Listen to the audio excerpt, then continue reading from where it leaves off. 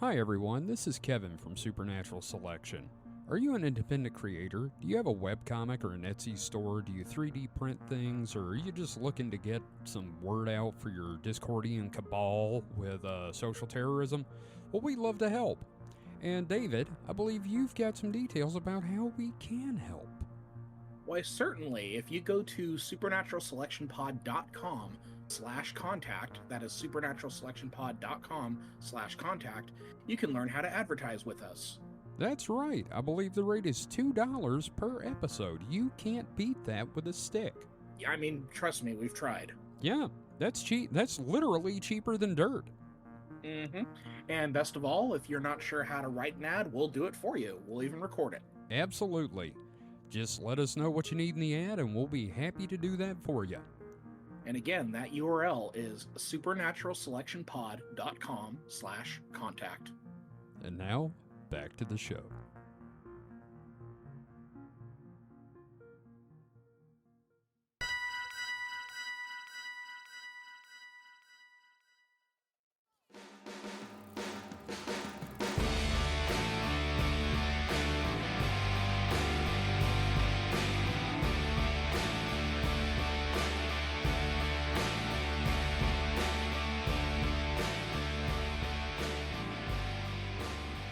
Hello, you've fallen into the distraction hole. I'm your host this week, Kevin. Join us in the filth. With me this week are Mike. Mike, how you doing? I'm fine, I guess. Yeah? Not as distracted as I should be. Maybe I'm too distracted. Who can tell? I don't know. Are you still full of meat? Oh, yes. Because I am chocked to the brim full of dead animal. And we've got Mr. David Davis. David, how you doing? I am doing fairly well. I suppose I could be better. Like, if anyone wants to send me $5,000, I will take it.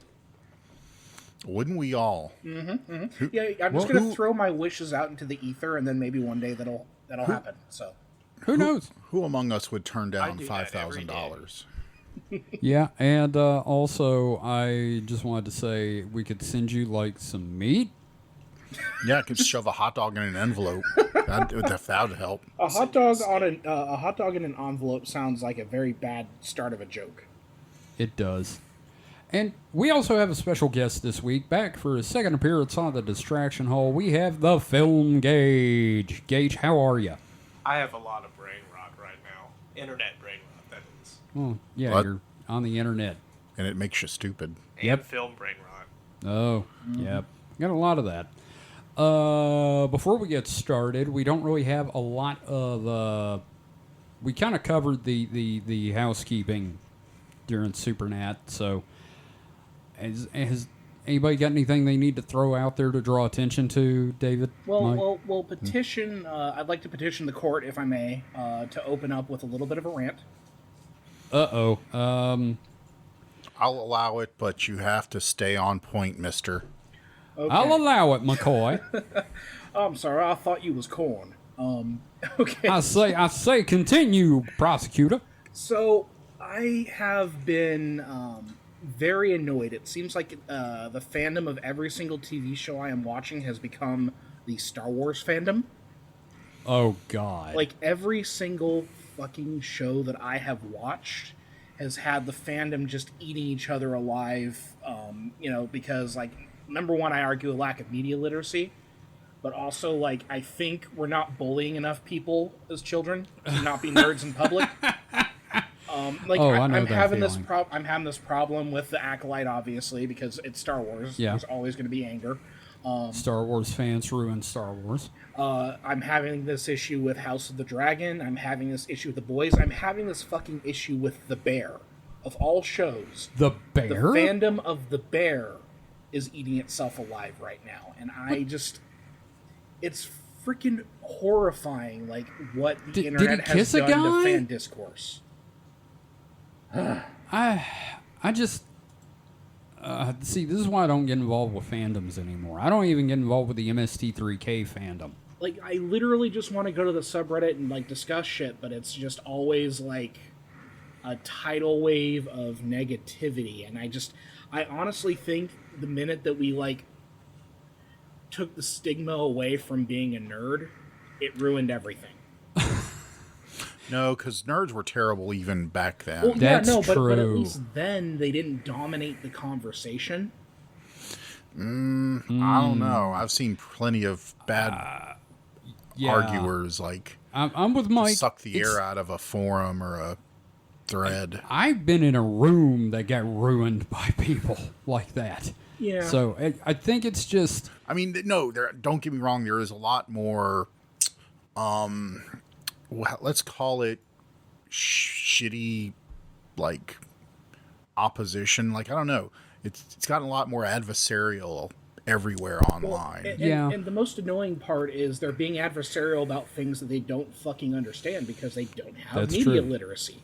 See, I think part of the problem is that the voices have always been there, but the megaphone is louder. Yeah. I don't know. I think we just need to start bullying people again. I really do. I mean, just because I want to flush someone's head down a toilet doesn't mean that we should bring back bullying necessarily, but, like, I get the sentiment for sure. Like, obviously, not atomic wedgies, shoving people in lockers, but just, like, we need to, like, I don't know. Dump their books. Yeah, or at least tell them, like, hey, that's not, you're being a nerd right now. Stop it. Like, it's one of those things, you know what I mean? Like, it's every single show, and I can't believe, like, even the fucking bear. That's the one that got me. I wasn't expecting you to say the bear. And the weirdest thing is, like, it's because, and with the bear, it's really about the people not having the media literacy, because there's very clear things that this season is trying to do, and they're upset because it's not going a certain direction, but, like, narratively, it's supposed to go in this direction because it's a 4-season show, and the 3rd season is always the characters, like, at their lowest and that sort of thing. Yeah. It drives me fucking nuts. So I just wanted to mention that right away. And have you guys been seeing that? I know that you guys try to avoid getting too in deep with the fandoms, but, like, it's pervasive and it's everywhere. I was going to ask Mike and Gage if they've seen it. Mike, you want to start first? I mean, so the most I've been seeing has been... So I don't know what you're seeing, David, if it's more like actual, I wouldn't say justified criticism, arguing, but what I've been seeing is a lot of like and I hate to use the word, but anti-woke arguing against shows. It depends on the show, I think. But, it depends, and I guess my issue is, like, each show is having a different thing. Like, the big thing that I'm seeing right now is a lot of people are mad, like, the bad guy super characters on The Boys are, like, rapey sex pests. And it's like, have you not been watching the show for the past 3 seasons? These that's the whole you just realized? They're saying that now that they're weird, creepy. Well, because they introduced, like, a Batman analog.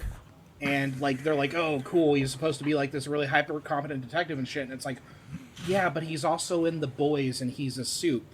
Yeah. Like, They made a point that he was a weirdo in the Boys spinoff. Yeah, Gen V, and it just, it depends on the show, but, like, I don't know, just, like, fans being terrible is becoming more and more pervasive, and, No, I get it. I knew the bear was, like, getting some flack for, like, apparently not being as strong of a season as season 1 or season 2, but I haven't watched it for myself. But even then, it seems like, all right, this seems a little extreme, a little forced. Yeah, I don't know. It seems like this might be worth talking about, like, in a more structured thing, but I just, like, it's something that's been bothering me a lot lately. I get that. I feel like maybe you should actually discuss it by screaming it at a bus station at random people. And even then, I would still make more sense than a lot of the people who I'm seeing on fucking Reddit of all places. Yeah, I think that would be therapeutic, honestly. Yeah. Well, it's even to the Get point a where, sandwich like, board. my wife, Yes. my wife is like, because she's following House of the Dragon right now, and she is just like so fed up with the community regarding certain things going on in that show and how they're interpreting events. It's like, well, why didn't they kill these characters off in such a way. It's like, well, you can't do that on a TV show because you'll traumatize the child actors. Yeah. It's ridiculous. I Yeah. hate to bring up such a negative thing like right away, but I've been like champing at this for like No, it's okay. I 2 or 3 weeks, understand. man. Doctor Who people are pissed off that he had a thing for Rogue in that episode, and I'm like, okay, you got a problem with this, but when it was Jodie Whittaker possibly having feelings for a woman, of course y'all were okay with that. Well, and even then with like the Doctor Who thing, there's also like, oh well, they didn't do enough with his companion, and it's like, well, yes and no. Like they're people like to swing towards the. I don't know. It's frustrating. So I just I wanted to bring that up, but yeah. But yeah. Anyway, so who was supposed to go first in all this? I'm gonna go first, and then we'll do a Thunderdome for everything for everybody else. Hey, that works.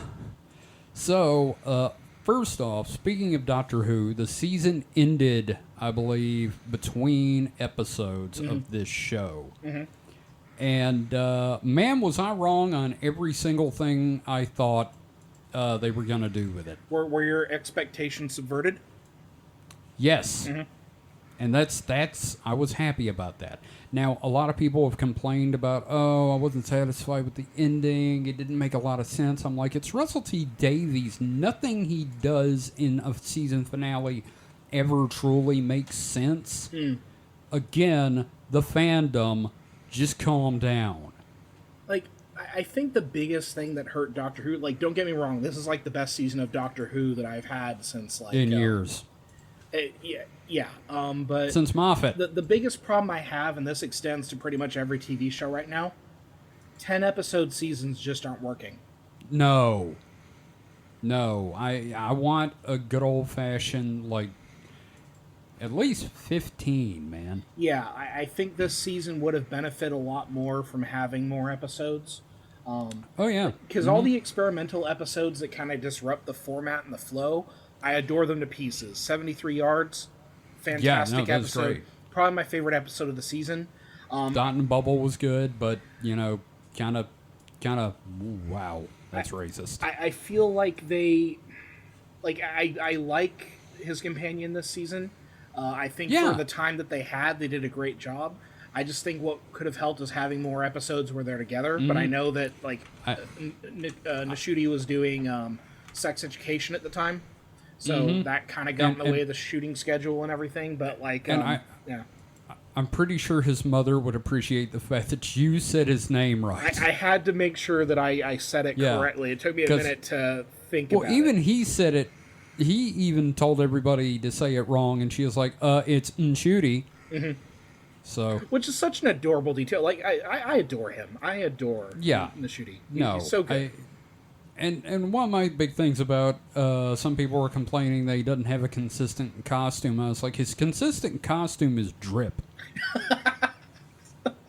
Can we just agree on that? Yeah, no, his costume the is just was sexy. On point the whole season. There's a leaked picture of him from next season where he's wearing another pinstripe getup with a bowler hat, and I'm like, God damn it, dude! Stop looking so good. Now, I loved the finale. I had a ton of fun with it. There's still elements of it where I'm like, I think they could have paid off a little bit better. I love the fact that the way to solve the problem with Sutek was to take the dog for a walk. Yep. No, I got a huge kick out of that. I don't want to do too many spoilers because I don't think Gage has seen the finale yet. But I think the big bad could have done more. I would have liked. Again, this comes with it being only 10 episodes. I think it would have been something like that. Yeah, I think if the finale would have been a 3-parter to just show the scale, they did a good job. There's a scene with where the villain wins and you feel the weight of it, but I think they could have done more with that. Did a fantastic job of that. I also actually really liked the fact that they were like, hey, the Tales from the TARDIS shorts we've been doing? Here's how we got that set. I was so excited to see little props from the various other doctors. Mel's reaction to Six's coat, I just melted my heart. Yeah. The revelation of the parentage was interesting. I see where they're going with it. I can understand why I can understand why people are disappointed, but I think they're also overlooking the point of it as well. And I don't want to go into spoilers here because we have a guest who hasn't seen it yet. So yeah, but here's the thing: when they revealed it, I was like, well, fucking duh, that's what you do. That's how you subvert all this. Well, but it's also consistent with, like I don't recognize it so much as a subversion as just kind of, like, getting to the heart of, like, why the Doctor loves humanity and everything like that. Yeah. So, but no, I think overall great season. I am looking forward to the next season very much. I'm looking forward to the Christmas. Is so, the Christmas special with What's-Her-Face from Bridgerton, I think. I don't know Bridgerton. So. But like just so much fun, and I definitely am looking forward to season 2. This is the most excited I've been about Doctor Who in a long time. Oh yeah, same here, man. Yeah, I am looking forward to this Christmas special a lot. It's apparently once again written by Steve Moffat. It's his last Doctor Who script. Oh, he's like retiring from it. Yep, and they said this is a true an interesting look at who the Doctor is when he's on his own. And then someone in Something Awful posted, it's just going to be 3 hours of him in front of the console jerking his peanuts. I do like a good mopey Doctor by himself episode. David Tennant excelled at that. Now, Gage, like, how many episodes of the new Doctor Who have you seen? I have seen the first. I have seen every episode, but the finale and the episode before the finale. Okay. And I have not seen the Bond episode, which I've heard is amazing. Yes. Yeah. Now, have you enjoyed what you've watched so far of the season? Yes, it is. I'm not gonna lie, it's been a challenge for me to get into Doctor Who, but this is the most consistently engaged I've been with Doctor Who, other than watching some David Tennant episodes. Yeah. Okay. Also, people complaining about the fourth wall breaking thing. Okay, even as a non-Doctor Who fan, I can say that they're a little extra whiny about that. Yeah, and here's the thing, man. Somebody did a video before this season even started of all the times doctors broke the fourth wall. And dude, Peter Capaldi, there was just no fourth wall to break. He would address the camera. He was explaining the bootstrap paradox to the camera and then gave up and said, Google it. So, yeah, no, Doctor Who has a long history of breaking the fourth wall, so just calm the fuck down. Now, Mike, have you seen any of the episodes of this new season at all?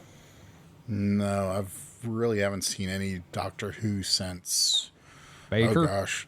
Well, I mean, we used to, at a friend's house, watch some of the Eccleston Doctor Who. Maybe a couple episodes of who was next? Tennant was next? Tennant. Yeah, that's about it. You know what? I think we should sit Mike down and have him watch Boom. I think he would appreciate it as like a sci-fi story. I'll watch that when Kevin watches Goonies.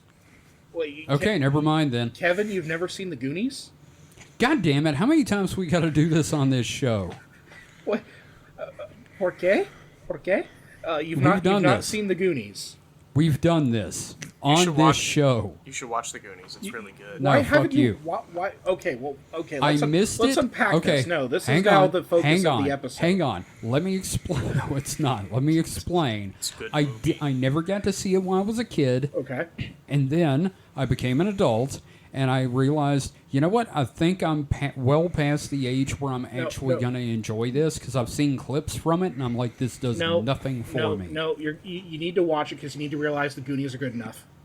I'm sorry, I had to go for that reference.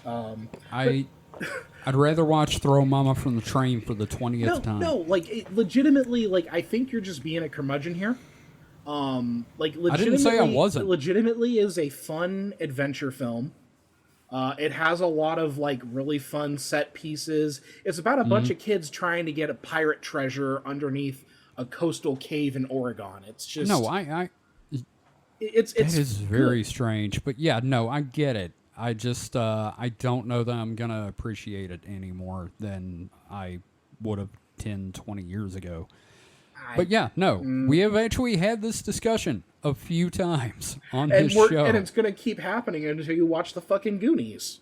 Well, we're just every few months we're going to do this then. Every episode, I'm going to keep track of how many days it's been since we last asked you to watch the Goonies. I've had this argument with Kevin so many times already. I feel like it's just not going to happen. Listeners of the show, I need you to email us and let us know why Kevin needs to watch the Goonies. You can email us at team@supernaturalselectionpod.com. All right, I can't wait to hear this. It's going to be every argument everyone's already used, but whatever. No, here, like, I legitimately don't understand it. Like, if you watch it and you don't like it, it's fine. You've killed an hour and 40 minutes. But, like, continually resisting and not watching it because you assume you're not going to like it, like, you're just delaying something that doesn't really matter. I'm 48 now. Every hour and 40 minutes is precious to me. All right. No, I'm messing with you. But you think that one's weird? We have a friend who has never seen. I'm not going to say. Kevin, do you know what I'm talking about? I don't know. I want you to guess a seminal movie that you think nobody should ever miss seeing, other than the Goonies. Star Wars. The Godfather. Okay. Star Wars. How about you, Gage? Jaws. No, it wasn't any of those. It was Jurassic Park. Whoa. Wait. My friend, so apparently he knew somebody at the time that went banana boats for Jurassic Park and went and saw it in the theater like several times in the first like month. Okay. And just would not shut up about it, to the point that our friend that has never seen Jurassic Park decided, well, fuck this guy and fuck that movie. I'm not watching that movie. I can understand that, though. And he has vehemently since then decided not to watch Jurassic Park. Is this someone that we hang out with on the weekends? Yeah, we just were at his house earlier tonight. Okay. All right. That's what I needed to know. So, Which, here's the thing. I get it. And I'm not going to dog him for that. Look, yeah, just because we've been dogging you about Goonies. If I brought it up in another context and you weren't thinking about Goonies, you probably wouldn't like, hell no, he needs to see Jurassic Park. Jurassic Park, I understand, but like it's the people that say they've never seen Star Wars where I want to like go all Clockwork Orange on them. Okay. And be like... it'd be like me saying, like, oh, I've never seen Richard Donner's Superman. And then, like, you tell me, oh, you should totally watch it. You like Superman. I'm like, no, I just don't want to. So, of the, we know I've seen Star Wars, so Kevin's doesn't count. But of the two movies that Gage and David mentioned, there's one of those that I have no memory of ever seeing. Jaws? No, The Godfather. Oh, it's been years. I don't think I've seen Jaws since it was like on cable television with commercials. Now, Gage sat me down and we watched all the Jaws movies. God, that was so glorious. Oh, fuck. And let me tell you something. Jaws is a fucking Oscar-worthy movie. It is fucking amazing. Mm-hmm. Jaws 4: The Revenge is a fantastic movie for completely different and stupid reasons. The shark follows them to the Bahamas. Yes, and then it bought Michael Caine a house. Which Michael Caine is just like the best part of that fucking movie. Your cocaine? My cocaine. David, you have to understand, Jaws the Revenge is like my ultimate guilty pleasure movie because I enjoy everything about it why it's so terrible. No, I mean, having seen it, like, I totally get why. Like, it's terrible and it's fun. Yes. the shark roars. I can't emphasize enough that the shark roars like a lion, and it is the funniest and most outrageous thing I've seen. Oh, absolutely. In a big budget film. Oh, yeah, no, it's incredibly stupid. I mean, that's the one where they ram it with the front of the boat, right? Yes, even Okay. though the original cut, from what I understand, the shark just explodes. He just combusts or blows up whenever they ram the ship into him, which doesn't make a lot of sense either. It's even better. And it is supposed to be an homage to like, oh, well, Chief Brody, he blew up the shark with the tank in its mouth. Obviously, stabbing the shark will do the same thing. It's so dumb, and I love it. Yep. So, yeah. Anyway, I had one other thing I wanted to bring up. The new Riven is out. Oh. They've done a remake of Riven. And when I say a remake, I don't mean like a remaster, and I don't mean like a one-to-one recreation. They made new puzzles and changed puzzles so they make more sense, and they have added like a whole new mechanic to the game. Let me ask, David, did you ever play any of the Myst games? Yes. Okay, which ones? I played Myst. Okay, so the first one. Mm-hmm. Cool. All right, Mike, which ones did you play? So I know I played Myst. I remember playing a little bit of Riven, and of course, I did a good bit of Uru when it was out. Right, that was when the it multiplayer. Yeah. Well, they had a single player version first, but Right. yeah, multiplayer too. Yeah, that was a third-person exploration game with MMO components, basically. Well, it didn't really have much MMO other than it's more of like if you could play Myst and some areas had multiple people in it. Right. And Gage, you've never played any of the Myst games, right? No, I was very much in my... I'm 7 years old, and I only have a PS2. Gage PS1. was in his mommy. I was a baby. Yeah. So, all right. I have played... I even tried playing Myst 5, but I have played and beaten Myst 1, Riven, Myst 3, 4, played 5, tried Uru. I am the target audience. I am a fan. It is why I started journaling incessantly. To give you some idea. Like, I know the fucking lore. You know? Mm-hmm. I am like upset. Dusty has bought me Myst t-shirts. Okay? I think what he's saying is he gets sexual arousal from Myst. I get a little misty thinking about it. Speaking of bullying people. Yeah. Anyway, so, point is, Riven, the remake has come out. It is done in the Unreal Engine. And it's gorgeous. Ooh. It is fucking beautiful. It is hard as shit. It is frustrating. It is fun. And I am so mad at it right now, I've had to take a week off. Because the new mechanic is there's this lens you find, and there is like invisible paint that the Moari have put up on the walls.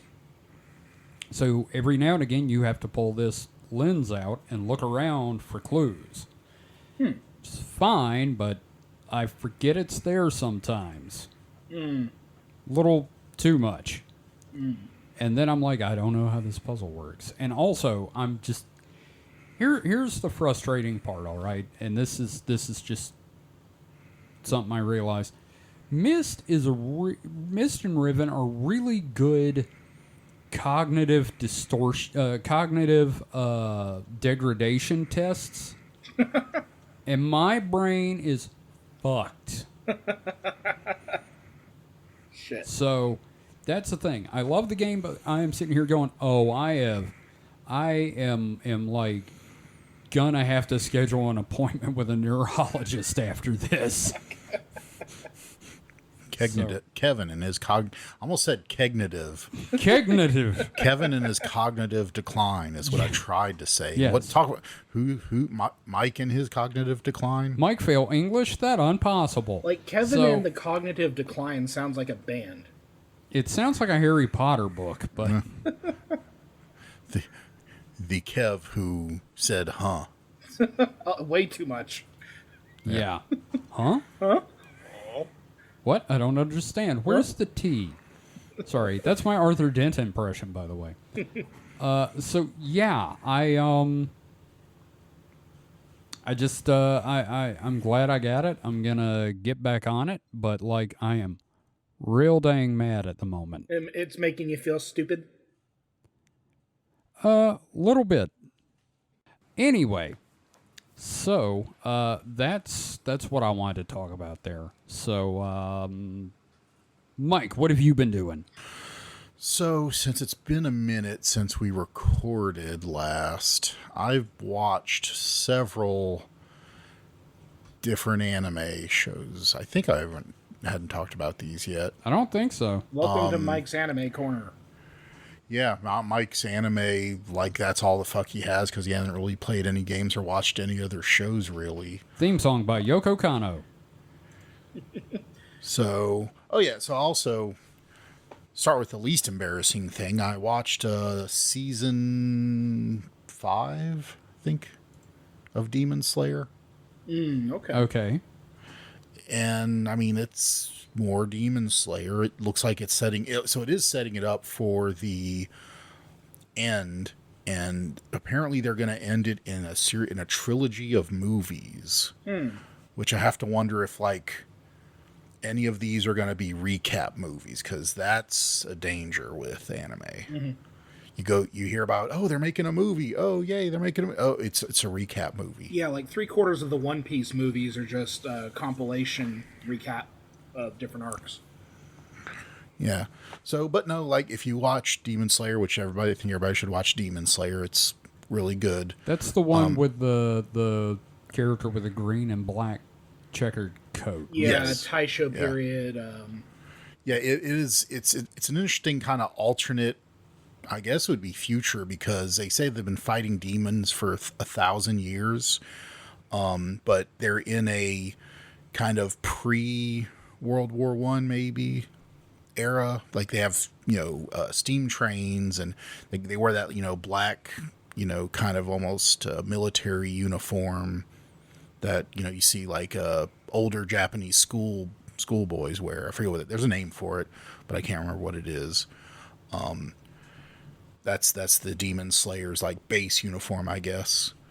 But yeah, it seems like a very transitional, period. Like it's based on what period did you say that was called, David? I believe it was the Taisho, which would have been like early 1900s, I think. Yeah. So yeah, just about pre-World War II, World War I. Yeah. So, but yeah, then there's demons, and they fight them, and they slay them. Demons being slayed. My God. Like, Demon Slayers are like the group that slays the demons, which I did start the first season. I fell off it because I had other shows I started watching. And that happens. But like from what I've seen, I've enjoyed it quite a bit. Yeah, no, I mean it's not the best series, but it's a good solid show. It doesn't seem to drag much. I'm guessing the manga was already mostly out, because I don't see much.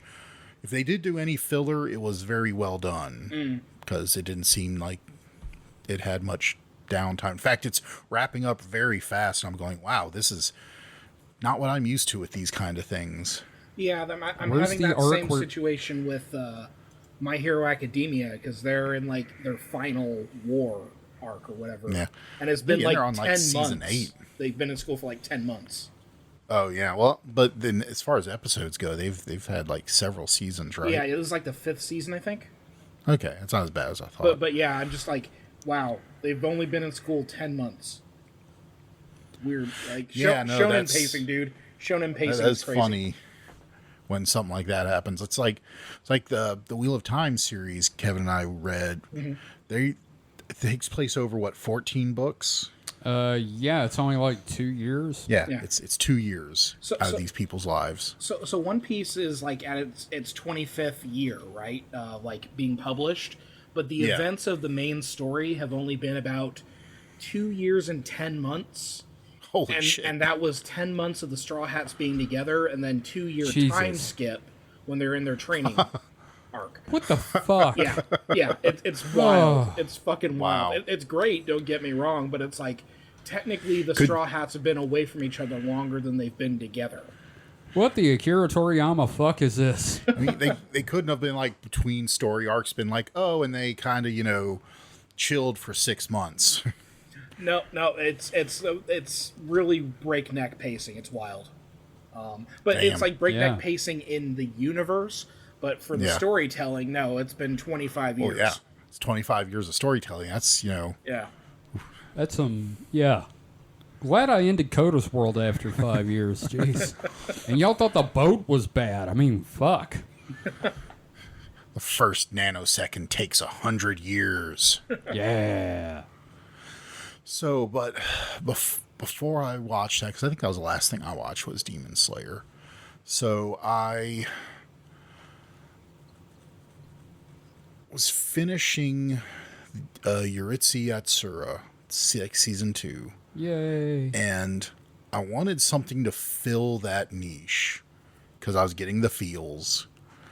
And so I looked up, and I remember seeing a meme or something about,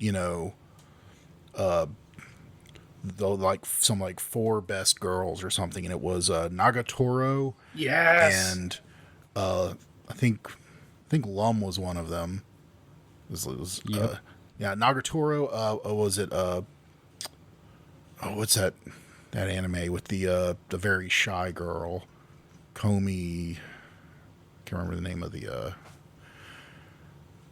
Komi-chan doesn't want to speak or something like that. But anyway, it was her and Nagatoro, and then there was 2 others. One I'd wanted to see before, because I'd seen the character design. Actually, 2 I'd seen just the characters around. So the first thing I watched was Uzaki-Chan Wants to Hang Out. You mentioned that. So this is a show that's it's interesting I chose this one first because it is kind of in the same Nagatoro vibes, except not quite as sadistic maybe at first. But Uzaki-chan sees her former classmate from high school in college. I mean, I like the show already because, it's set in college. Finally, something that's not just high school. And so she sees him being a loner for the whole first year she's in college, and she's decides, fuck that. That guy needs more, life. So she basically starts shoehorning herself into his life, much to his annoyance. It's like, no, I just want to be left alone. And she's like, no. So, she just keeps butting in there. So there's 2 seasons of that out. I watched both of those. She's always messing with him. Like I said, not quite as sadistically as Nagatoro, but still in the same kind of, he is annoyed, but I guess it grows to like being annoyed. You get used to anything after a while. It's called Stockholm Syndrome. And to describe her, she is short and built like a brick shit house. She's a short stack. Okay. All right. So, a little goblin. She's an in-case goblin. Yes. And I didn't get that until I saw the show. I'd seen, the character design, and I was like, she looks like an adult. And then you see her in the show, and she's 4 foot tall. Oh, jeez. It's like, God, she looks like a child with big boobs. Oh, jeez. Oh, God. And of course, they, make fun of that in the show, too. So after that was up, I went to My Dress Up Darling. Oh, God. This is another really good but very interesting character show. Like, so it's another kind of, oil and water couple where she's like what's that? I never say this word out loud, so I don't know how to say it. No, Garangu girl or whatever, the ones that are all tanned with the nails. Yangaru? Yeah, I don't know how. I can see the word in my head, but I've never really tried to pronounce it. But yeah, so she's not quite that bad. She's not all like spray tan, but she is no, super girly in that she's got, nails and hair done. And he makes dolls. Okay. Apparently his family made very traditional Japanese dolls, and he like fell in love with, the dolls as a kid. And so he's grown up, making clothes for the dolls. And apparently he's working on getting the faces right. And his grandpa says he isn't quite there yet. But he can sew really well for, little dolls. And she likes cosplaying, but is terrible at making clothes. Finds out one day that he makes clothes. And, of course, he's, like, super shy. Like, basically has 0 friends. And is really embarrassed because people have made fun of him before about his, making doll clothes. So when she finds out, he's like all expecting the worst.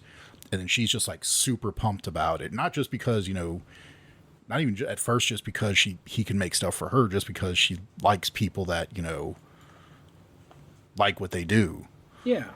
And so, and then, he starts making costumes for her, and, they go on this, cosplay journey. And I believe you told me this show was a little bit different from the other one because it's more lewd. Oh yeah, it's a little more, it's less chaste than a lot of these other shows. Like there's almost ecchi levels of, innuendo stuff. Okay. But it's not played off as cheaply as a lot of ecchi shows. Well, it like from the initial concept, it sounds like a cute romantic comedy kind of. Oh, it is. Both of these are super cute rom-com stuff. In fact, the next one is 2, but there's only 1 season of that out. There's more seasons of both of those shows coming, so good. I'm very expectant about that.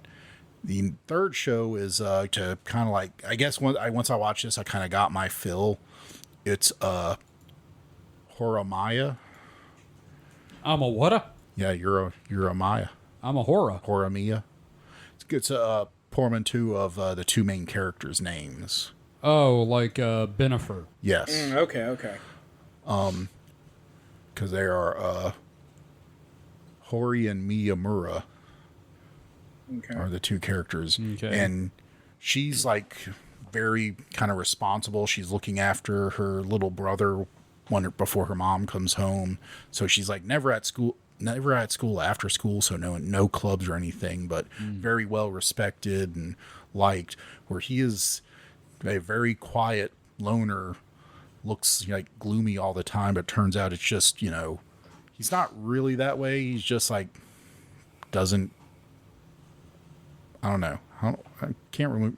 So, but he's got a lot of piercings and tattoos that no one can see because he's got like long hair and Japan. Yeah, hiding it and stuff. Yeah.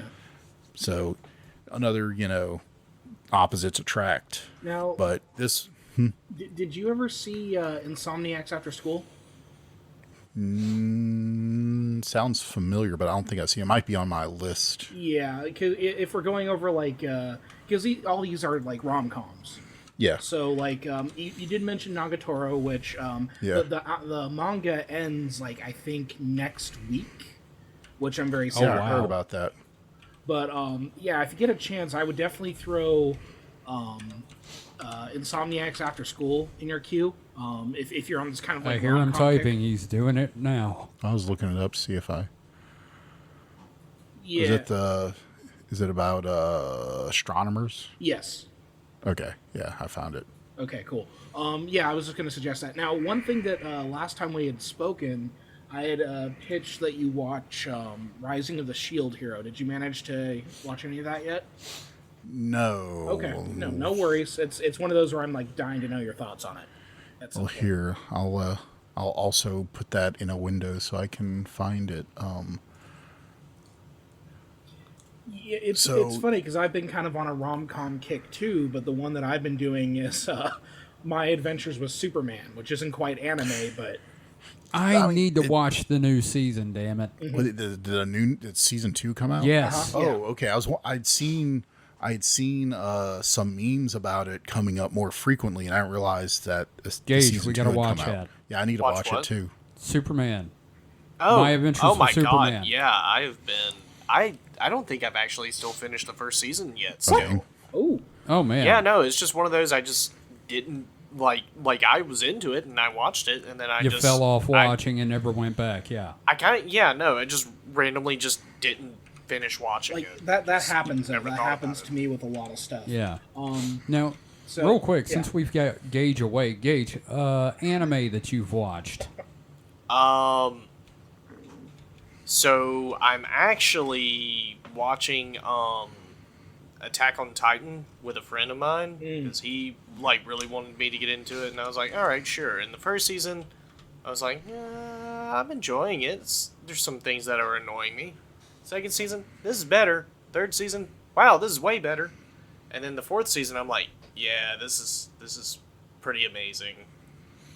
I've been really enjoying that. I still haven't seen it yet. Yeah, I've seen some. I just don't remember where I stopped, so I think I have to just start over to find out, so I don't, just start in an arbitrary place and realize I had missed something. Mm-hmm. I tried watching it before and doing that, and I was completely lost. And I have this issue with anime where I'll stop watching for a little bit, and then I'm like, all right, well, time to restart.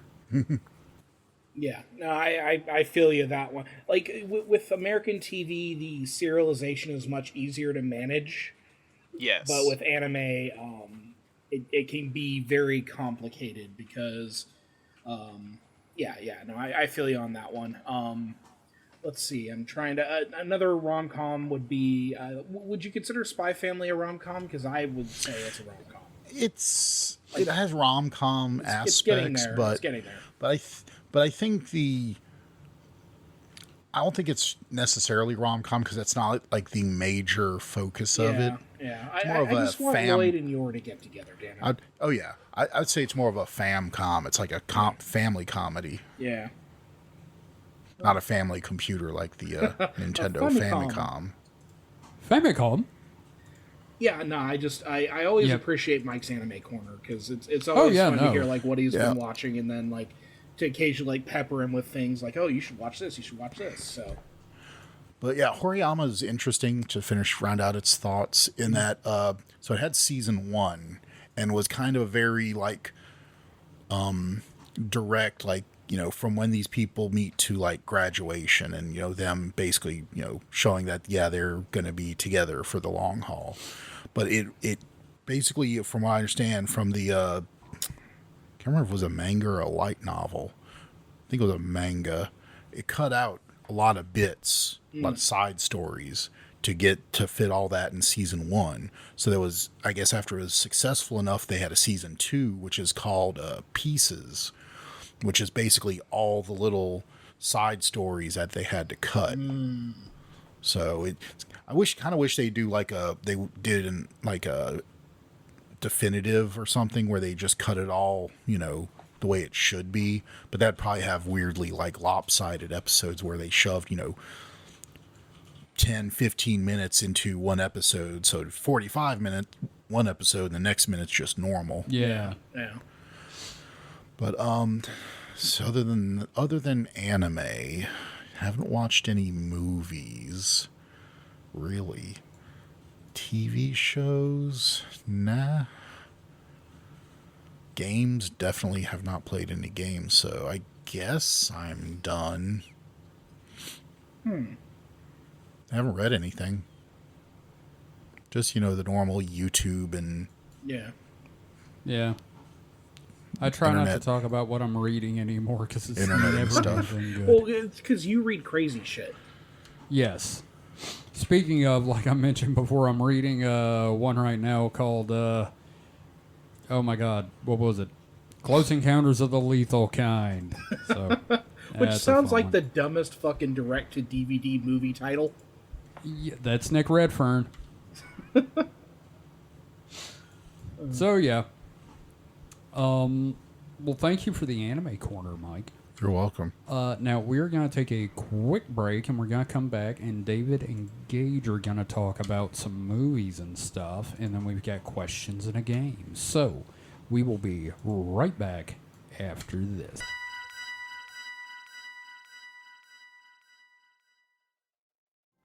Hey, man, what's got you off in your phone there? Oh, just going through all the funny Mothman memes and supernatural shit posts I've been wanting to share. I just don't know where to put the posts yet.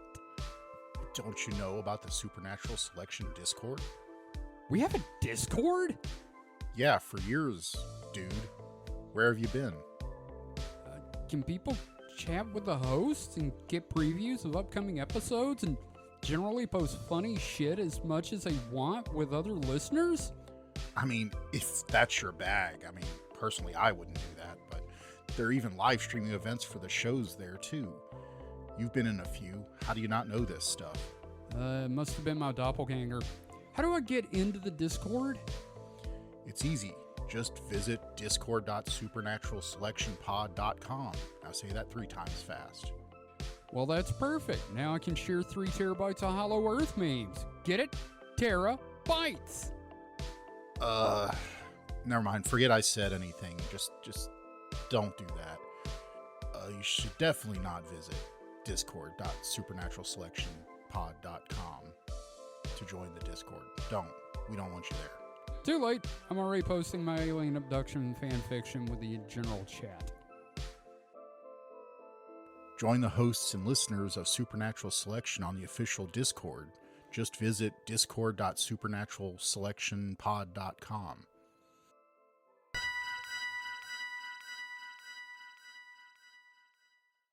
All right, welcome back. We are back in the hole. And before we get going, I just got reminded of something. Anybody remember an animated series called Mighty Max? Mm-hmm. Yeah. I had some of the toys. Oh, excuse me. Scramble my RAM there. Yeah, just think it's funny. It was an animated adventure series where 2 of the main characters died at the end, based on a spin-off of Polly Pocket. Oh, yeah. Yeah. Man, the 90s were fucked. Man, here's the thing. They're making all of these toy movies, or they want to make all these toy movies. Mm-hmm. Mighty Max is sitting right there. Yeah, man. Well, I mean, the voice cast, I'm sitting here going, okay, we got Rob Paulson, Richard Mall, Tim Curry, and Tony fucking J. Mm-hmm. Which, if you don't know who Tony J is, he was the evil priest or whatever guy in Hunchback of Notre Dame. He was also Megabyte in Reboot. Mm. He also was the narrator of an H.H. Holmes documentary I watched, and hearing like Tony J narrate H.H. Holmes' crimes. Holy shit! Oh man, I want to hear Tony J talk about greased chutes. He locked them in the room and pumped it full of gas, and just it's. Hi, Minnie. Yeah, sorry. Hi, Minnie. I'm Minnie. I'm glad most of us got that. Mm-hmm. Well, so, with toy movies, why haven't we gotten our Super Soaker movie, damn it? Where's Mask still? Oh, yeah, no. I want to see anything using the Mask property. They're just keep it in their back pocket. Fucking Mask cucks. I'm waiting on the adaptation of the Game of Life. That is something they were working on. Yeah, they had worked on that at one point. Yeah. I also know that they're working on Monopoly, and I'm just like, oh boy, I can't wait for this movie to have like a social society. Nicolas message. Cage is in it. My pitch for Monopoly movie is just basically like an eccentric billionaire, Brewster's Millions, a group of people to play Monopoly in real life. Like, he literally buys the city, he gives them the money. Oh my god. They tear each other apart playing Monopoly in real life. I would watch this, actually. It's like the best friends in the world, and by the end, they're like plotting each other's murders. Like, one person literally like blows the dam and floods the city. Yep. Right. I'd watch that, actually. But are we excited for the inevitable, which is actually being worked on, 8-ball horror film? Fuck off. Yeah, that's just like, what? That is a real thing. It is happening, and I'm sure it will involve a group of friends finding a haunted 8-ball, and they're just like, "Will I have a husband?" And then the 8-ball's like, You die. You will die a grisly murder by me." I guess they were talking to the writer about how they're going to adapt it, and I guess he said it remains to be seen. Oh, fuck you. God damn it! Yeah. All right. Well, look, our next segment. I want. But I wanted to say. Sorry. But I wanted to say, what if the Magic 8-Ball horror movie was like? What was the movie that had the silver sphere that chased people? Phantasm. Phantasm. It's like Phantasm, but with a Magic 8-Ball. What, like the actual 8-ball or Magic Flies 8-Ball is around just and- flying around Yes. killing people? Stabs into your head and shoots blood out, and then And as it's like sitting there, like auguring into somebody's head, the window, it's a tight it zooms in while it's doing it to the window you can see, and it the little die thing in there rolls around to say, what could it say? What's one of the things He from did! the Magic 8 Ball? No. From the Magic 8-Ball. What's that? No. Maybe you have died. No, I was just thinking. I know there's like yes, no. reply hazy. This ask has again yet to be later. seen or something like that. I don't Yeah. know. I don't know. I don't know if there's one that would be appropriate for that scene, but I just find it funny that all of our takes on these movies are going to be way more interesting than what actually comes out. Oh, Yep. yeah. Nope. That's a given. Now, speaking of films, I would like to hand this over to David and Gage to talk film for a bit, and we'll throw in as they go. I know they've seen some movies. Yes. Yeah. So like, I've been trying to see like movies every week because I've got that like Regal pass. So it's like, if I don't use it, like what's the point? use it or lose it. I did get the refillable bucket, popcorn bucket and refillable cup though, and that's great. I actually So, have like- a Cinemark pass. So. Yeah, because I got that Regal Unlimited, but then I got like the refillable bucket and the refillable drink, so that's been nice. Every time I go, I just take my bucket and my cup with me. But yeah, Fill so up I've my been seeing piss bucket. Yeah, I got my bucket and I got my cup. Fill the bucket, fill the cup. Good old piss. So it's funny because I drink Mountain Dew, so it might as well be. So Yes. I've been seeing some movies lately. I did a double feature last week actually because Okay. I saw the Bike Riders, Ooh, I've been wanting to see that. I have not seen What- it yet. which I enjoyed. Okay. And then I saw The Exorcism, which I did not. I have heard nothing but not good things about that movie. It's definitely a movie where like I see where they were going with it. I did not like how they approached it, and I think there was a much more interesting movie buried underneath it. But recently I went and I saw Maxxxine. Oh, so you saw it too? Yes. So Gage, how familiar are you with the work of Ty West?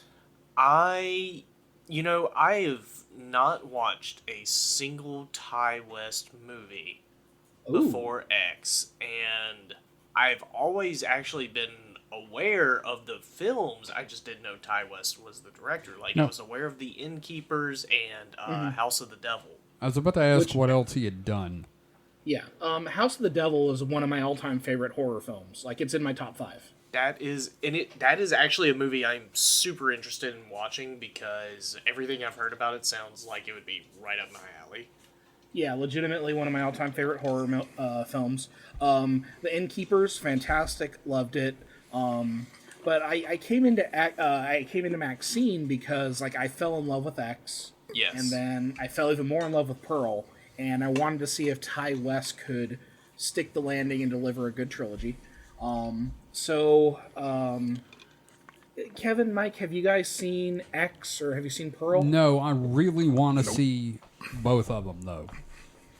Okay. They're definitely. I don't want to like spoil anything regarding the plot, but just like some general impressions. So I enjoyed Maxxxine. I don't think it's the best of the three. If you were to ask me to rank the movies, Pearl's number 1, X is number 2, Maxxxine is number 3.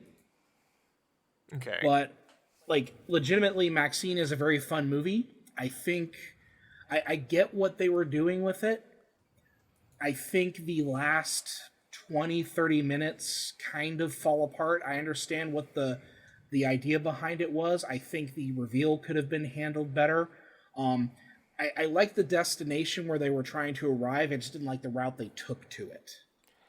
Yes, I'm pretty much on the same page as you with it. Like, and I had very high expectations, and I feel like they were too high to an extent. Yeah, I mean, even though I kind of knew what I was getting into at the same time.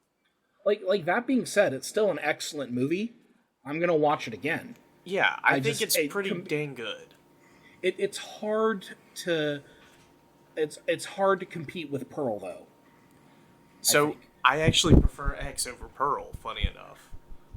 I mean that's fair because X is excellent as well. The reason I give it to Pearl, I think Pearl was more unsettling because there's that level of artifice to everything going on in it. Yes. It's more theatrical. Yes. Compared to X, and don't get me wrong, X fantastic, great. And the other thing that I like about these three movies, they're all very different in style and approach. You know, yes. X playing on the psycho biddy, playing as playing off as a slasher and everything like that. Pearl very psychological. Kind of a nod to like old Hollywood, and then with Maxxxine, the movie's at its best when it's really playing into like the giallo vibes. Yes, and I think that was my biggest issue with it was I wish it played more into it. I didn't think it played enough into it. Mm-hmm. Yeah, like and don't get me wrong, because everything involving the entertainment, the seedier side of the entertainment scene. Yes. Just seeing Bates Motel in the movie, seeing the set and everything like that. Yeah. Really cool. I love what they were doing with that. But like, I kind of wanted more of the black glove killer with the neon light aesthetic. Yes, I loved, and funny enough, the person I saw this with we were kind of crackling, but I loved it when he, until we got to the reveal, which I will not reveal, me and my friend kept calling him the Gripper because every scene he showed up in, he was always grabbing onto something tight, but I also loved that about him. I was like, okay, there's personality to this killer. He is constantly, like, just angry with Maxxxine about something. And I loved that. And we're not going to spoil the identity of the killer, but, like, I do want to point out that, like, this killer has been set up since X. It has. But I feel like they needed to do more to establish that through line for the audience. Because, like, I had a feeling the killer was who they were. I kind of wanted the angle to be a little bit different, because I'm like, I don't think you guys are earning this. I don't think you're earning this. But then they reveal it, and it's like, okay, well, that's the route we're going down. But, and the other thing is, I think, don't get me wrong, the actor who plays the killer, good for the role. Yes. But you had Toby Huss there, playing a very small cameo, and I'm just like, Toby Huss would have been the better actor for this thing. I think they needed to establish a longer... they needed to establish the through line a little better, or you wow us with a celebrity casting, right? Where it's just like the actor, and I think they put Toby Huss in the wrong role. Yeah, I would agree. So part of what made the film so enjoyable to me could also be taken as like part of the reason that may have hurt it, but like just the general like. There's a lot of moments in the movie where it's like trying to really immerse you into the era, and it's playing like not as popular 80s hits. Like, it's not the usual 80s soundtrack, and I adored every single track that they played, and it felt like there was more focus on I don't want to say it was nostalgia bait. It was not nostalgia bait, and I would say that this was like one of the more authentic, like, oh, we're gonna make a movie set in the '80s type. Yeah, feel. Because it reminded me of Angel. Yes. Like at the street level. The other thing is like the entire movie, the shadow of the Night Stalker hangs all over it. Yes. And that's the central thing of the movie is like even though this isn't necessarily the Night Stalker, like that's still hanging over, and it sets that kind of paranoia about dirty mid-'80s Los Angeles that really works, and the movie just really dives into that and does it a great way. And also it has some of the like aesthetically it reminded me a lot of Brian De Palma. Yes, that's what I was gonna say. I was expecting a full-on slasher, and instead what I got was part giallo inspired, part De Palma horror crime thriller. Well, and even Tyler Bates' score at a lot of points reminded me of Goblin. Yes. Like Goblin doing the full Dario Argento like giallo. Oh my gosh. Yeah. That score was electric. We still need to watch Demons. Oh man. So, Kevin Bacon. Oh yeah, fantastic. Now I want Bacon. We have Kevin and probably have Bacon somewhere.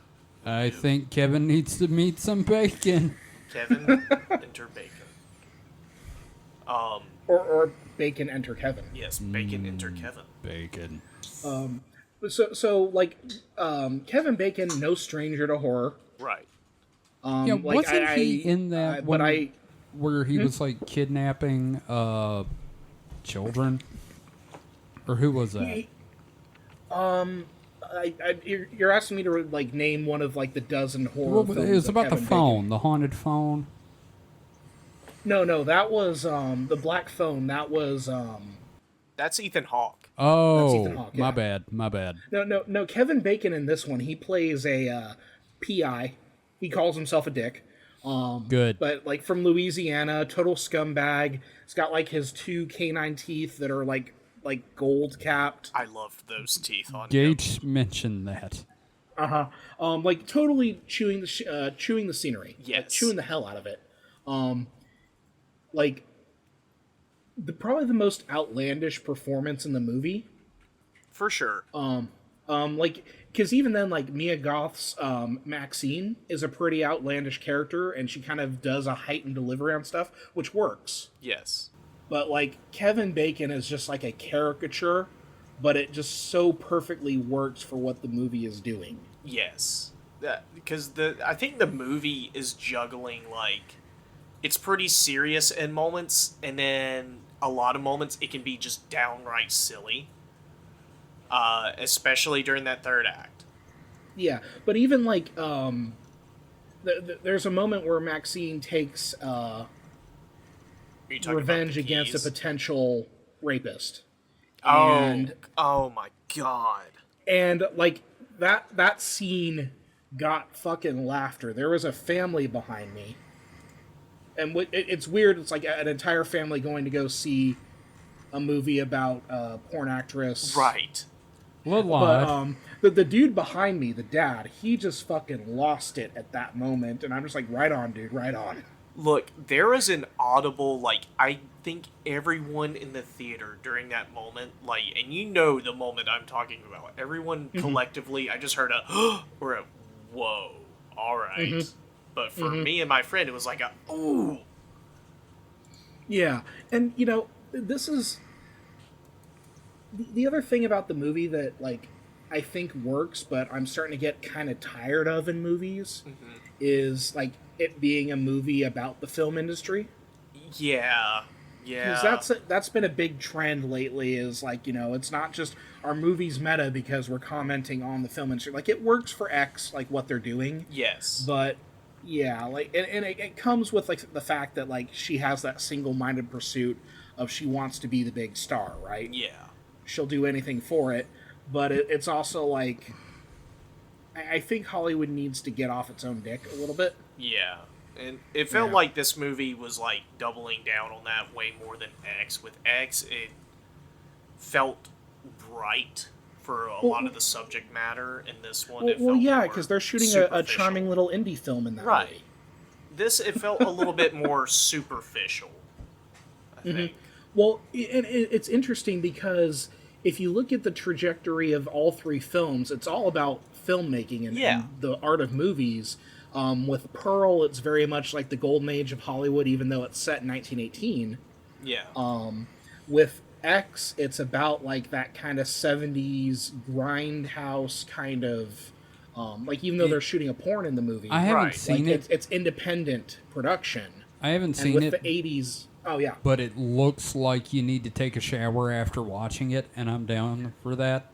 Oh, yeah, absolutely. Like, all three of the films have, like, amazing texture and cinematography, I think. I think Pearl has the best of all of them. Yes. Pearl because it looks dips like a into fantasy film. Yeah.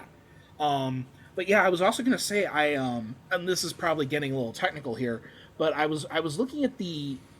So, tell me if you guys have noticed this. Like, if you watch some of, like, the movies shot in the 80s, like, a blue sky is usually kind of white. 70s, too. Yeah, it's just kind of like the camera that they use. Yeah, I'm sure it has to do with the dynamic range of the film stock and things like that. Yeah, it's definitely, that's why the shadows are so dark in a lot of 80s films and everything like that. So, I feel like Maxxxine was digitally shot, but they paid attention to the sky because the sky ends up being very kind of white instead of blue. But I feel like they didn't shoot it on film because the black shadows aren't dark enough because I could still make out details. But it was still a nice little nod to how they shot these things in the 80s. Because if you think about like the skyline in a Steven Spielberg movie, right? Right. For a blue sky, it's always going to be kind of white. And red pops a little bit more and that sort of thing. So I noticed that, and I thought that was a good attention to detail, and I think that's something they were very cognizant of when they were shooting it. They probably tried to recreate, digitally the kind of like dynamic range of and the color reproduction of whatever film stock they were angling for. Mm-hmm. Yeah, lots of neon colors in Maxxxine. Yeah, but that's like again like the whole giallo thing, like just it just so yeah, like I love the movie. I will definitely see it again. I think as far as a trilogy goes, I think that thematically and structurally, I think Ty West stuck the landing with that. Definitely one of the best voices in horror right now. Oh yeah, but yeah, like it's definitely like third for me. But even then, it's like okay, so it's a good less, 3. Yes, it's the less shining of the 3 jewels. Yeah. Yeah. But yeah, no, I gotta say, I loved it. I loved it so much. I think, so this trilogy has had an effect on me with, like, each time I rewatch them, I start to love them a little bit more, because, like, X and Pearl, I was like, yeah, no, that was really good. I really like that. And then I rewatched it, I was like, I love this movie. Same thing that will happen with Pearl, and I think the same thing will happen with Maxxxine. And I especially think it'll happen with Maxxxine because I remember I walked out and I was like, yeah, that wasn't as good as the other two. It was still good, but I don't know, a part of me feels a little disappointed. And now I know how it is. I think rewatching it, I'll learn to love it even more. Yeah, like for me, like I have to see a movie at least a couple of times to really kind of like get how I feel about it. Yeah. And Maxxxine is one of those where it's like, no, I'm definitely going to watch it again. And who knows, it might do better now that I kind of know where it's going. Like, because when I saw it, I knew where it was going, and I was kind of hoping it wasn't going there. But now that I recognize, like, okay, well, this is the path they're taking, structurally, maybe it'll feel better the second time around, where it's like, okay, yeah, no, they're clearly setting that up and everything like that. Yeah. But, yeah, so one thing that I've been doing when I've been talking about like movies lately with people is I think about it in terms of double features. So when I went and saw Late Night with the Devil, my immediate thought was, okay, pair this with Ghost Watch.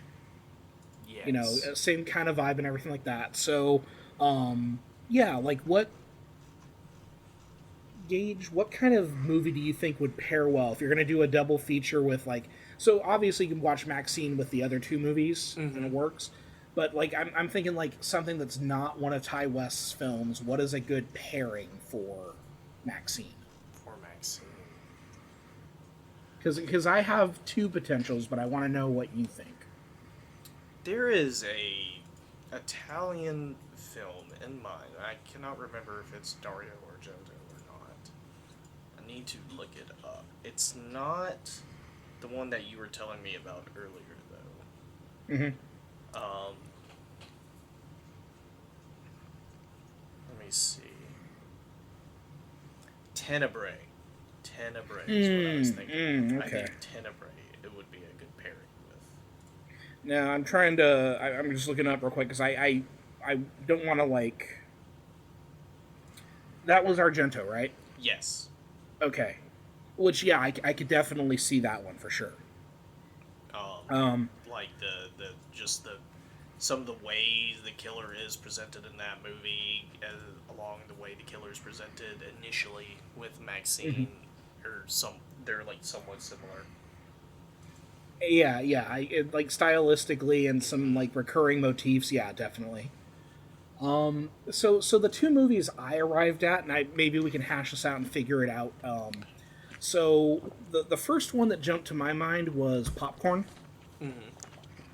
which again, if we're getting kind of the meta-ness at the heart of this trilogy, I think Popcorn is a great kind of pairing for that, especially because it also has like makeup scenes. There was that really fun makeup scene in Maxxxine and everything like that. I don't think I've actually watched Popcorn. So Popcorn is good. I enjoy that one. I have to have my phone open to like look up some details here and there. So that one was directed by Mark Harrier. Came out in like 1991, which is interesting because it's a 1991 film, but it feels like late 1980s. But there's always that kind of spillover in decades. Yeah. But, well, a decade isn't its own until halfway through. Yeah, this one has Dee Wallace and Jill Sholin, though. So, like, this is, like, peak kind of, like, Scream Queen energy in it. But, yeah, so Popcorn would have been my first pick, but my other pick was Opera, 1987. That one was... I'm trying to remember who directed that one. Yes, Dario Argento, again. For more of the giallo vibes to it, but also it kind of has that meta commentary on performance and the craft of acting and that sort of thing. So yeah, that's just kind of one thing that I do. Like if I were to ever start doing like film reviews again, like I used to, I feel like that's kind of the gimmick that I would do. Is like, well, if you like this one, you should pair it with this one. So I don't like know. that idea, I want to throw that actually. out there. Yeah. But now, what other movies have you seen, Gage? I think you said you saw one this evening. Yes, I saw A Quiet Place Day 1. How was that? Because that's the first one of those I've been kind of interested in. Oh my gosh, I don't know if this is unpopular right now or not, but I think it's the best one out of these movies.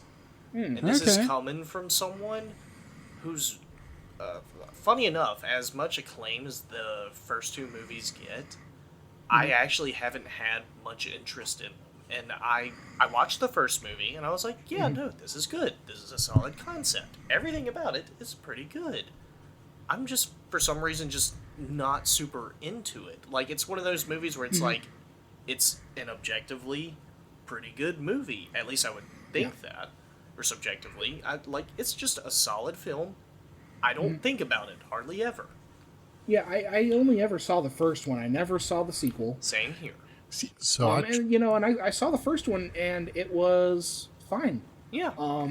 I thinking about it now, I think because I recently had seen Arcadian, which has a lot of similarities to a Quiet Place, and I think that Arcadian is the better movie of the two, even though it's not that great. Because I think it does more. I think A Quiet Place, the first one, felt too safe. I can, to me. yeah, I can understand where you're coming from with that. Yeah, but so how does this third one compare to that first one? So, okay, so the first movie is about, it's just focusing on a family who's surviving during this. This is obviously like, all right, this is the first day that all this happens, and it's set in New York City, a town that is like loud. A loud city. And they do a lot with the environment to add a lot of suspense to the film. But not only that, I adored the two leads in the film, which were, one of them is Joseph Quinn, who played the metalhead in season 4 of Stranger Things, and is gonna be... and Johnny Storm in the future. Yes, he's going to be our new Johnny Storm. The other one, Lupita Nyong'o, I think that's how you pronounce it. I love her. Yeah, she's the main lead. And I won't get into like what the plot is exactly. Aliens show up and things get bad. Okay, yes. So, all right, before I get into that, I want to say that the previous director, the previous film that the director worked on, which I've heard nothing but good things about, never watched it. It was a film starring Nicolas Cage called Pig. I've heard a lot about Pig. And yeah, it's been on my list to see. Like, I've heard everyone say it's like, imagine John Wick, but without all the action, but like kind of the same idea of the story, that something personal, like a truffle pig. You took my pig. Yeah, his truffle pig is taken from him, and he's trying to find his truffle pig. That's the weirdest sentence. Yeah, it is. You took my truffle pig. Well, and you hear that plot, and you're like, the guy who would play that character is Nicolas Cage. Yeah, like it's a Nicolas Cage sort of thing. And it sounds very silly. I wonder if I'd end up single if I called Dusty my truffle pig. Probably. Come here, my little truffle pig. Come here, my little truffle pig. But he made it like such a, what on paper sounds really silly, but it's apparently very emotional and deeply human. And he brought the same sensibilities over to the story for A Quiet Place Day 1, because you would think like, it's about these characters just trying to survive and just trying to, get out of the city. And they don't reveal this in the trailer, but there is a story element that I was like, you know what? I'd try to do the same thing. And would you like me to reveal that story element, or do you want me to say No. Okay. No, I'm going to go see it. You've convinced me enough to go give it a try. So it is something that is deeply human and emotional, and I adored it. Also, there is a cat in this movie. You are going to love him. He steals the show. Usually when someone says there's a cat, it's followed by directly in front of my monitor. Hang on a second. Yeah. The way he prefaced that or started the sentence, it sounded like there's a cat. It is climbing up my leg. Its claws are sunk way in. There's Hold blood. on while I scream outside. There's blood leaving my body. This cat will claw its way into your heart. Oh. And is also one of the quietest cats I have ever seen, which there are quiet cats. I know Gretel's pretty quiet. That's true. Sometimes she meows, though. She meows, yes, but... When she does, it's so pathetic. But I would also say that this movie was very, there were supporting characters...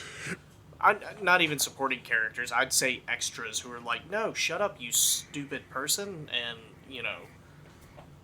you could guess what happens next. But I would say our main leads and some of the side characters that they meet along the way were incredibly smart, and the movie, it shows that, alright, they know what's up.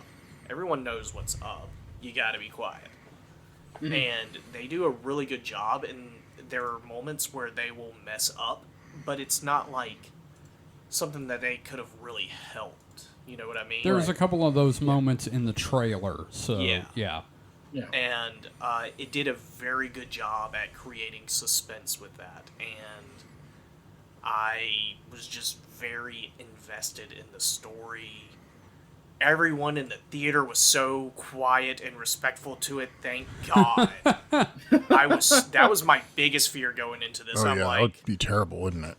Yes, because my fiance has told me many times when she went to see the first movie in theaters that she was scared to dig in her popcorn bag. It was so quiet, and there were just people being annoying here and there. That's awesome. Well, that's cool. I liked it a lot, though. I would say it was very, very good, and my favorite of the trilogy so far. Good. Okay, well, I think I'm going to go ahead and give it a try, because I'm trying to see a movie every week, so I think that'll be on my list. I think my next one was going to be Inside Out 2, but I might go see Quiet Place if it's still in there.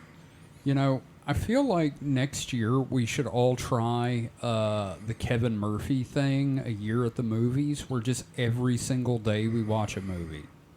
That'd be a lot. I kind of used to do that during October, where I'd watch a horror movie every day, and now I don't have time to do that. But I know. For like 5 years straight, every day in October, I would watch a horror movie. And I miss doing that. I have for a while now wanted to watch all of the top 100 movies. The AFI? The AFI. AFI, yeah. I'm just saying that could be a fun little thing for all of us to do and record thoughts on each movie as we go down the list. Yeah, we talked about that out there. We could have a host named Gage who kind of moderates the discussion and leads us through it. Just throw that out there. Yeah, that's a thing we could do. So, now that we've talked about movies for a bit. Mm-hmm. In exhaustive detail. Gentlemen, we've got some questions for the distraction hole. Oh, shit. The first one is, it's from GhostForge, who has changed their name in the Discord, but we're still going to go with GhostForge. Suggestion for a distraction hole segment. The guys read on air the TV tropes entry and associated tropes for the tabletop game Fatal. No. Not today, at any rate. Isn't that the RPG with all the really bizarre stats, like penis size? Oh God. Okay. Well, we'll have to do that next time, I guess. This sounds fun, actually. Yeah. So we got 2 questions here from Allie Bear. Again, thank you, Allie Bear. Question 1: what is your favorite snack and drink to have while watching a movie or show? I like Skittles and Dr. Pepper Zero. So, Mike, what's your favorite snack and drink? Soda. Although lately it's, more like a rum and Coke. But, it could just be regular soda. And, old-fashioned popcorn's hard to beat. Yeah. David? So, if I'm at a movie theater, it's definitely popcorn and a soda. That's just part of the reason I go to the movie theater is to get the movie theater popcorn. Sure. But if I'm at home, it's usually do I want something salty or do I want something sweet? So usually I'm either drinking a cherry Coke or a Baja Blast. Perfect. But salty, I would say probably there's a sour cream and cheddar Ruffles, but I've been getting the hot sour cream and cheddar Ruffles. I think those are really good. And it's basically the flaming hot spice all over the sour cream and cheddar Ruffles. And then if I were to do sweet, AM/PM actually has some pretty legitimate cookies. AM/PM's a gas station out here on the West Coast. Oh, okay. Yeah, they got snacks and stuff like that, but they actually do some pretty legitimate cookies. So I just get a 3-pack of the basic bitch chocolate chip ones. Right. And they're good. It's tasty. So yeah, sure. That's what I'd go with. How about you, Gage? Good old rum ham. No. God damn it. Ham. I'm sorry. I wanted to throw in an It's Sunny joke. It's fine. No, I mean, kind of the same as everybody else here. If I go to a movie theater, it feels like a sin for me to not get popcorn and soda, and I'll normally get a cherry Coke and popcorn. And then lately, our local Cinemark has been having the Nerds gummy clusters, and that is like crack to me. I have started to become obsessed with it. I'll see it at Kroger, and I'll be like, all right, grab it a bag. So I've been snacking on those a lot lately. But at home, I actually kind of really like eating pretzels with my movies. Pretzels and cookies. Now, Kevin, you gave your answer? No. Okay, all right. Because after you give your answer, I have a question for the group. So. Okay. Well, mine is... Okay, hypothetical situation. I wake up one morning and for a day I'm not diabetic. And I go to the theater. I'm starting off with a hot dog. A good old movie theater hot dog. Followed by popcorn for the rest of the film. But to follow up for a dessert, Reese's Reese's Pieces. Sorry. Reese's Pieces. Just a big old box of Reese's Pieces and a... If they had a Cherry Coke Zero, I'd get that, but they're always out, so just a Coke Zero. That would be me. Well, if you have no diabetes... Okay, then just the Cherry Coke. I've never seen them have Cherry Coke, though. Always regular Coke. Yeah, I see Coke Zero. Then a Coke. Now, what if you're at home? What's your snack if you're watching something? Whatever I've got, honestly. I feel you. I feel you on that. Bowl of cereal, barbecue, fucking whatever. Cat fur. Not cat fur. Me and Kevin will be watching something, and he's eating a bowl of cereal, and I'm eating a Hot Pocket. Yeah, or it's like, hang on, I'm gonna go get 5 slices of cheese. I've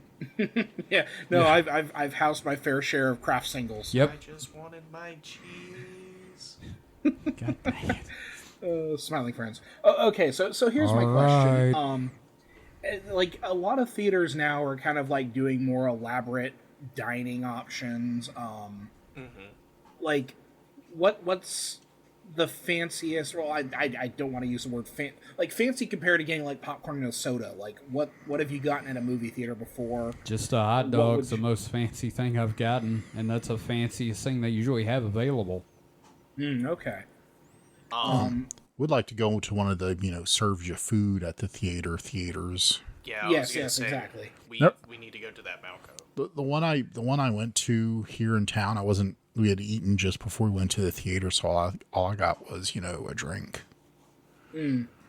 So, my chain Regal, the theater near me for a while before they shut it down, they were doing like tacos and stuff like that, which was pretty good. Interesting. But I had a friend who had a brother-in-law who worked at a movie theater, like a nice movie theater with like, you could order your food inside the theater and they'd wheel it up to you. They even had a fucking robot that would like deliver food. But like, is it the one from the Rocky movie? Having chicken strips while watching a movie, and these are like chicken strips, like it's like coconut battered chicken strips. What the fuck? Oh, I'm so hungry. You lost me at coconut. Nah, I'm into this. No, it was pretty fucking dope to get like full on fries and chicken strips and watching oh god, what's that movie with Megan? Oh my gosh, I was just about to say. Yeah, we went to saw Megan, and it's like, oh, no, you guys are good. Get what you want. It was on the house, so I got myself those fucking chicken strips and the fries, and I'm just like, this is fucking great. Y'all are fucking chicken perverts. Fucking, fucking coconut. But no, like, it's, I like that more theaters are doing the dining stuff. And I kind of want that to open up close by to me locally, because I have to like drive out to do that stuff if I want to do that. All right. So we got another question from Allie Bear.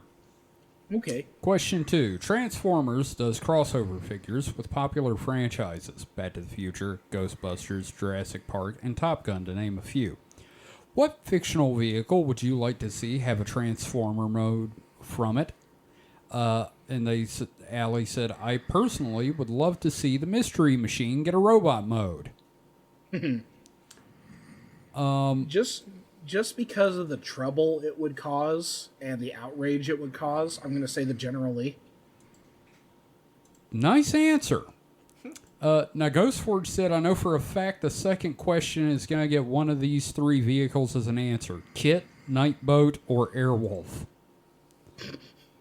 And I'm like, okay, Airwolf, I thought they had one of that, but it turns out there was this deluxe Autobot back in the 80s.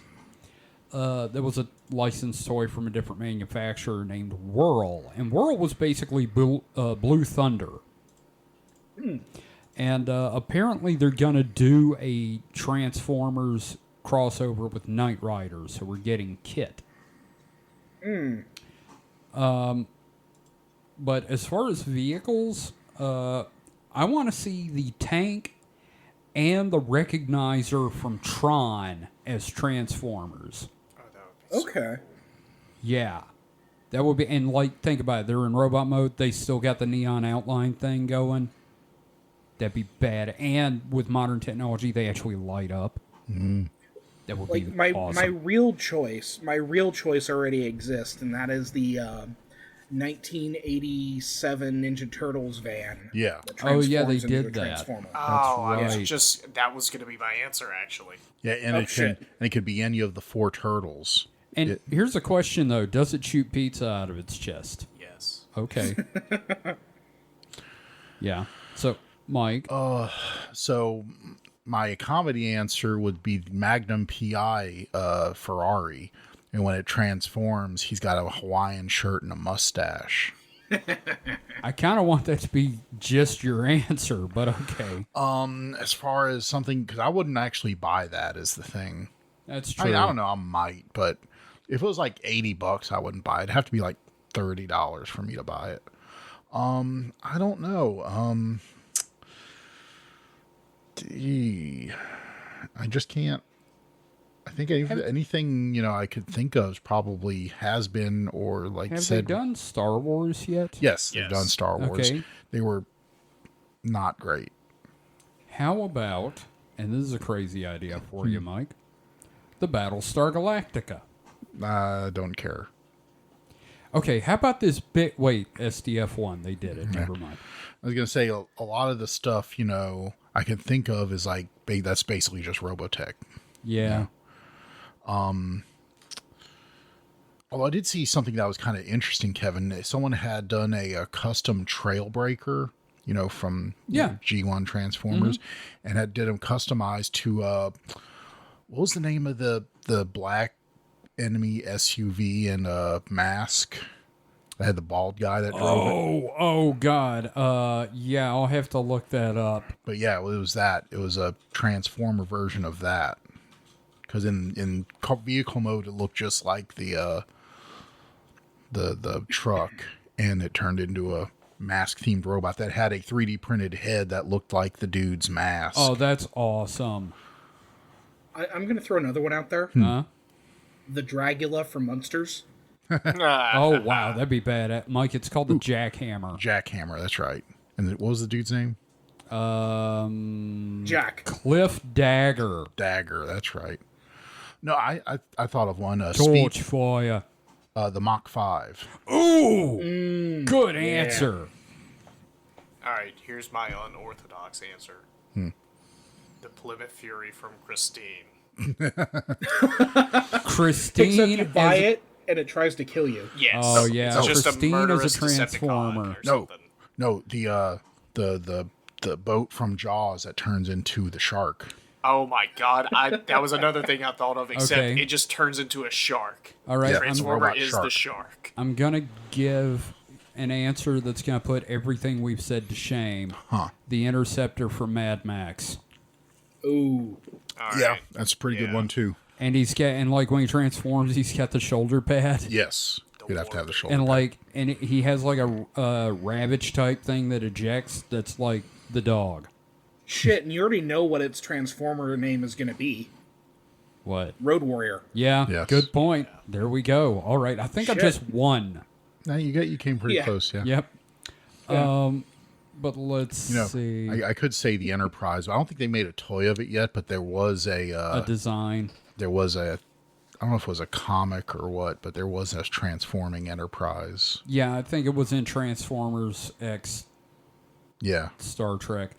Ghostforge also said, I know Kevin said he wants a mask crossover by way of them finding a dead Transformer and plugging in the core thing that lets them transform into one of the vehicles. I'm like, I think me and Mike, you and me both said that. Like, Yeah. you know, I mean, they start harvesting T-Cogs and sticking them in cars. I think it'd be the opposite. It'd be like Transformer parts, but they're missing the T-Cogs. Oh, so they just go from vehicle to vehicle. Yeah.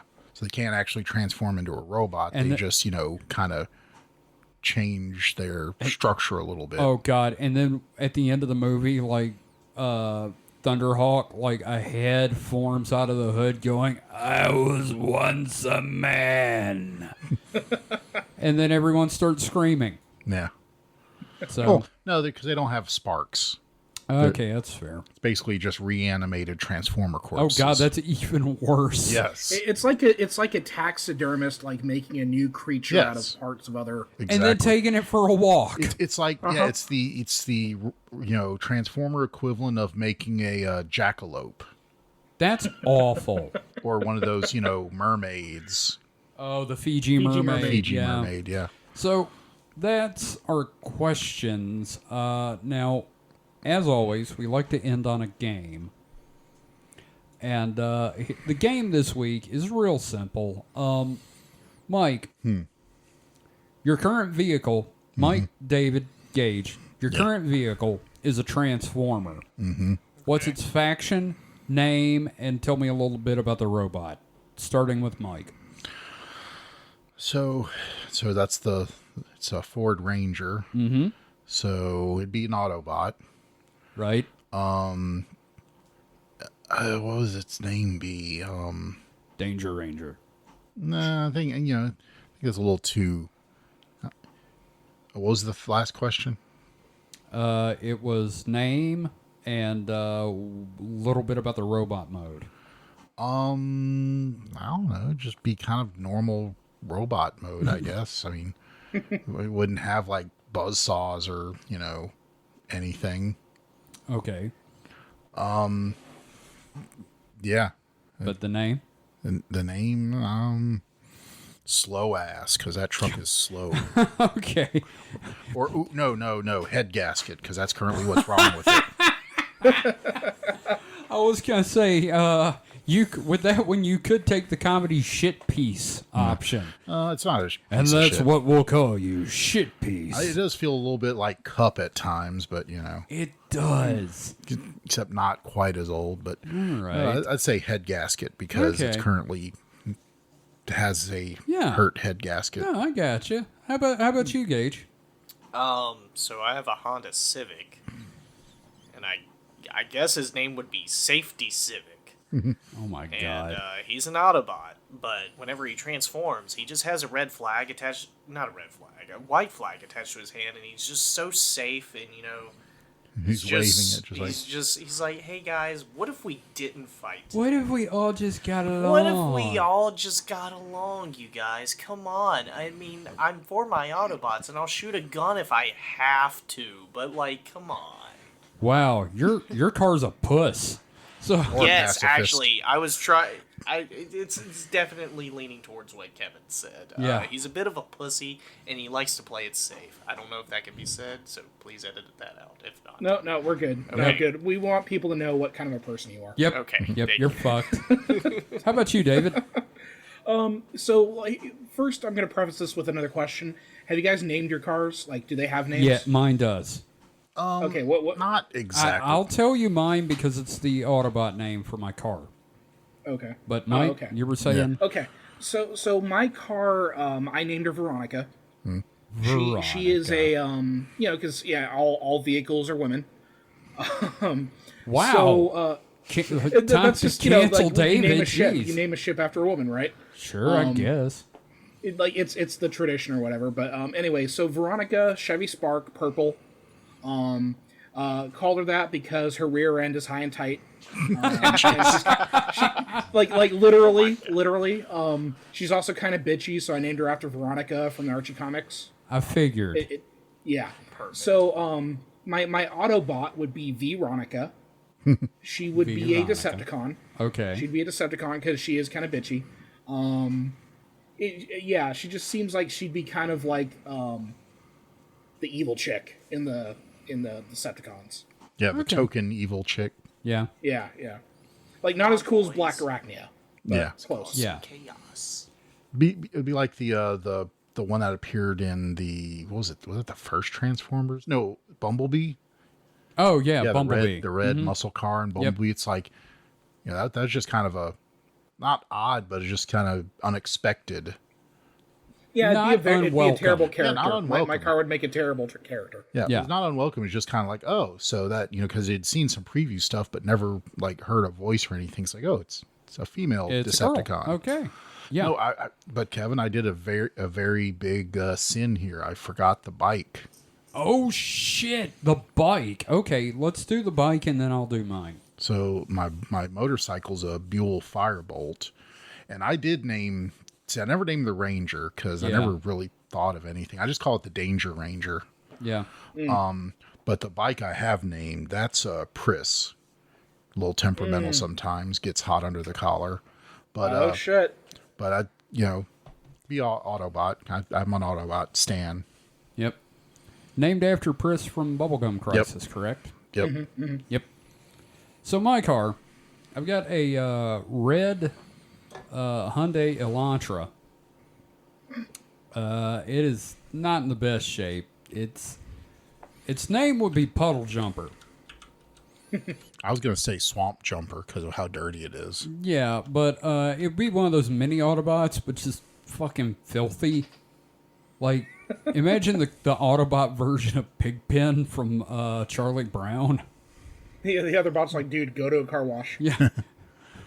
And being my car, it's probably a conspiracy theorist about soap. So, and its head design looks like a baseball cap. Like, it looks like he's wearing a baseball cap because, reasons. And also, like, it's got a Cracker Barrel logo on it. That's a deep cut joke if you know Dusty. Anyway, so that's our Autobots there. And our Decepticon in one case. So that's fun. You never How seen come I'm the evil one? Huh? How come I'm the evil one? Because you're dark and twisted inside. Yeah, apparently. I mean, come on, let's not mince words. Like between the four of us, I'm most likely to be evil. Yeah, you're most... I'm not going to say what I was going to say. Anyway. So, our positive affirmation for this week, guys, is still not coming to me. So, I was going to say, what are you taking suggestions? I'm taking us crowdsource this. Let's go with I'm taking a Shatnerian pause and digressing. I want to thank everyone for listening. You can of course keep checking us out on the website, which is supernatpod.rocks, or just subscribe. We're on pretty much every podcatcher available. We enjoy doing this show so friggin' much, and if you want to keep hearing more of it, you can help support the show on Patreon.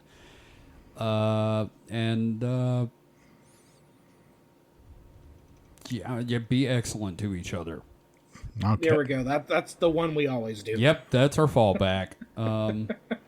So, this has been the Distraction Hole. You have climbed free once again. So, until next time, stay safe. Goodbye. Kevin trying to do a sexy voice there at the end. Bye-bye. Hello. How you doing? Little truffle pig. I'm doing good. Oh, God. Oh, God. Oink oink. Oh God. Oh God.